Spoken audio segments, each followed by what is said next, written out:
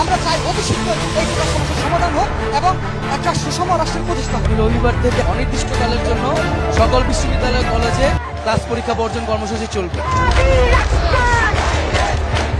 আমাদের যত শিক্ষার্থী প্রতিনিধি রয়েছে তাদের সাথে সমন্বয় করব, গণসংযোগ করব, করে আমরা বুধবার কঠোর কর্মসূচি নিব। শিক্ষার্থীরা বাংলা ব্লকেট কর্মসূচি অব্যাহত রাখবে। এই যে পরিপত্রের যে বৈধ অবৈধ যে খেলা, এই খেলা কিন্তু শেষ হচ্ছে না। আমরা চাই স্থায়ী সমাধান। আমরা চাচ্ছি জরুরি অধিবেশন ডেকে সংসদে এই আইন পাস করতে হবে, তার আগ পর্যন্ত আমরা রাজপথে থাকবো। যে সংগ্রামী বোনেরা ছিল তাদেরকে হামলা করা হয়েছে, অনেকে আহত হয়ে টাইগার বাস মোড়ে পড়ে আছে। আগামীকাল বিকাল 4টায় সারা দেশের সকল ক্যাম্পাসে বিক্ষোভ মিছিল ও সমাবেশ অনুষ্ঠিত হবে। বিকাল আমাদের কর্মসূচি থাকবে মহামান্য রাষ্ট্রপতি বরাবর স্মারকলিপি প্রদান এবং গণপদযাত্রা। শিক্ষার্থীরা এটাকে তাদের জন্য যৌক্তিক দাবি হিসেবে গ্রহণ করতেছে। যত বাধা আসছে, আন্দোলনের মাত্রা, তীব্রতা, ছাত্রদের অংশগ্রহণ অতীতে সব রেকর্ডকে ছাড়িয়ে যাচ্ছে। 24 ঘন্টার মধ্যে একটা দৃশ্যমান পদক্ষেপ নেওয়া হোক এবং আমাদের সাথে আমাদের যে দাবি সেই দাবি পূরণ করা হোক।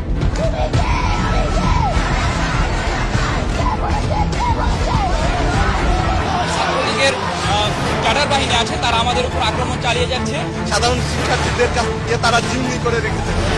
যে হামলা, সে হামলা এবং প্রধানমন্ত্রীর বক্তব্যের প্রত্যাহার এবং আমাদের যে এক দফা দাবি কোটা সংস্কারের, তার দাবিতে আগামীকাল বিকাল 3টায় সারা দেশের সকল ক্যাম্পাসে বিক্ষোভ মিছিল এবং সমাবেশ অনুষ্ঠিত হবে।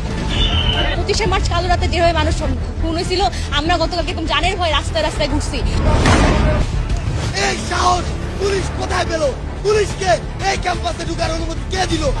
জানাজার পর আমরা চলে যাচ্ছি না, তাহলে আমাদের উপর কেন অ্যাটাক করা হলো? এই আক্রমণের জবাবদিহিতা কে দিবে? আমাদের ভাইকে কেন হত্যা করেছে? এই প্রশ্নের উত্তর যদি আবার হত্যা হয়, তাহলে সেই সরকার কি? শহীদের রক্ত মারিয়ে এসে আমরা কোনো সংলাপ করতে পারি না।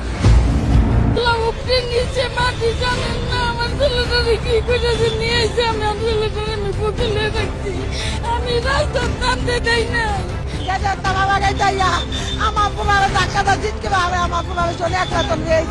নাহিদ ইসলাম সহ বৈষম্য বিরোধী ছাত্র আন্দোলনে 3 সমন্বয়ককে রাজধানীর গণস্বাস্থ্যনগর হাসপাতাল থেকে তুলে নেওয়ার অভিযোগ উঠেছে।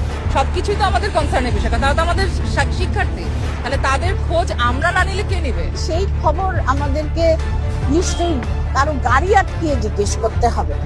নিরস্ত্র প্রতিবাদকারীদের উপরে গুলি চলতে পারে না, যেটাকে ইংরেজিতে লাইভ রাউন্ড বলা হয়, সেটি করার কোনো সুযোগ নেই। ভাতের টেবিলে বসে ছবি তুলে এটাই করেন, আপনি কি এটা মস্করা পাইছেন? তারা এই হত্যাকাণ্ডের বিচার করবেন না, কারণ তারা নিজেরাই হত্যাকারী। যতদিন পর্যন্ত না এই ন্যায্য আন্দোলন বাস্তবায়ন হবে, রাস্তার পাশে অভিভাবক হিসাবে আমাদের পাবে। আমরা চোখের সামনে দেখলাম পুলিশের ইউনিফর্ম পরে গুলি করা হচ্ছে।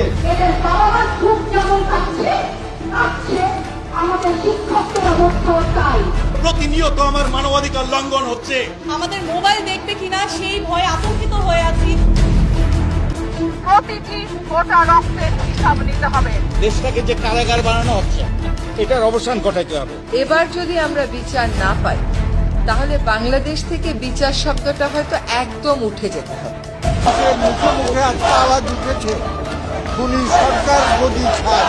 4 বছরের বাচ্চা যদি বাসায় নিরাপদ না থাকে, তাহলে আপনি এই দেশে কেন আছেন? এই শিক্ষার্থীদের বুকে যে বারুদ জ্বলছে, যে আগুন রয়েছে, সেটা লোক থেকে লোকান্তরে বাংলাদেশের আজকে ছড়িয়ে গেছে। আমাদের আজ পর্যন্ত যতজন শহীদ ভাই আছেন তাদের হত্যার বিচার চাই।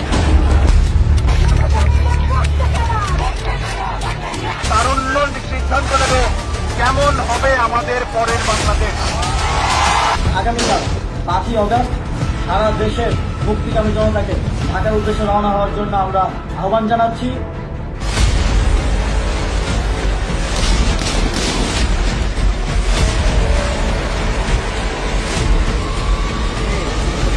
গণ অভ্যুত্থানে পতন হলো শেখ হাসিনার সরকারের। শেখ হাসিনা আজ রাষ্ট্রপতির কাছে পদত্যাগপত্র জমা দিয়েছেন। এখন একটা ইন্টারিম গভর্নমেন্ট ফোন করে পরিচালনা করছে।